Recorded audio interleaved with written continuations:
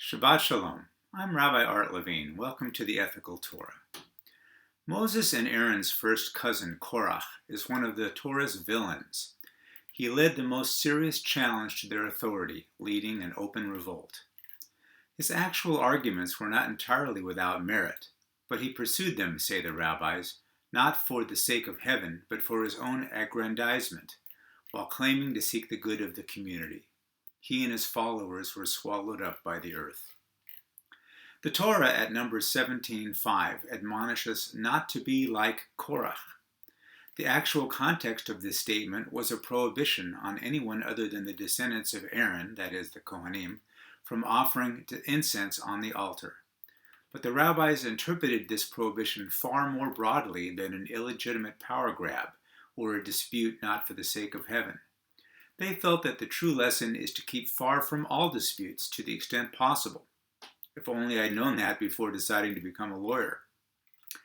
According to the Talmud, Sanhedrin 110a, and Mishnah Brura 156:40, this Torah verse forbids us to nurture quarrels, to maintain disputes, and to support controversies. As almost always in Jewish law, this mitzvah is not left to general principles. We are given specifics to guide us.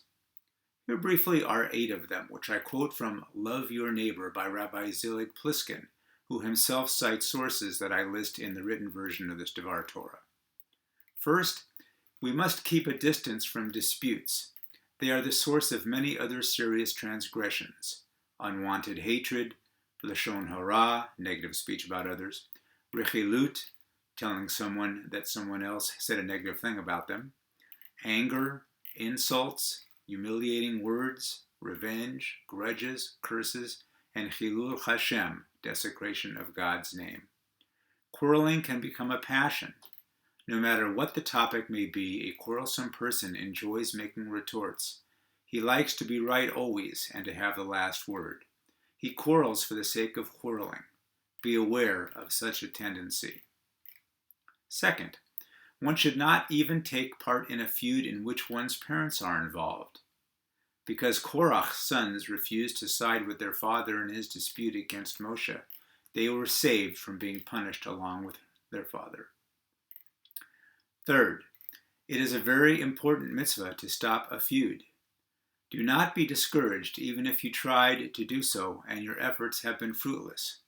There is always the possibility that your next attempt will be successful. Fourth, if 2 people quarreled and afterward made peace, neither should say to the other, "The reason I behaved as I did is because you did this to me." Even if the person saying this does not intend to resume the quarrel, such a remark is apt to rekindle the dispute, since the other person will probably retort, "No, it was your fault."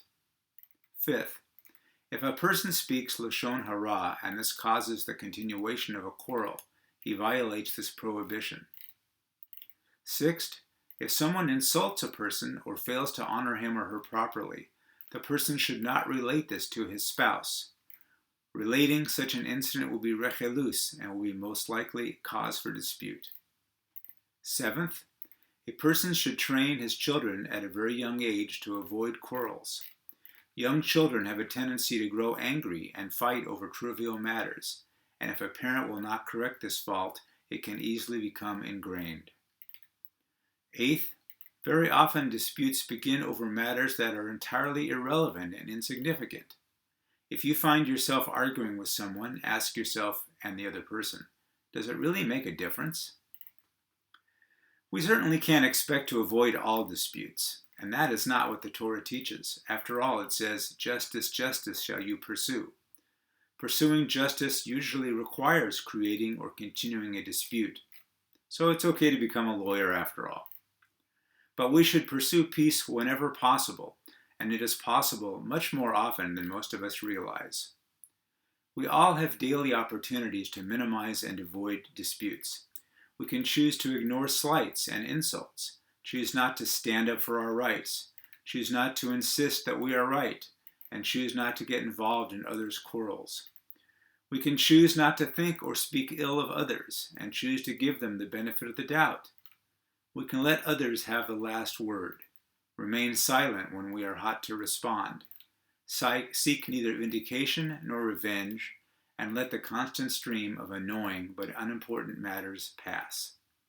We can be more selective in deciding which disputes are truly necessary to pursue justice. We can be people of peace, constantly striving to increase it in our own lives and promoting it among others. And we can teach this life and peace-affirming philosophy to our children and grandchildren. We can be like Aaron and not like Korach. For more information about this and many other Jewish ethical topics, please visit my website, musaria.org, also accessible at theethicaltorah.com. Shabbat Shalom.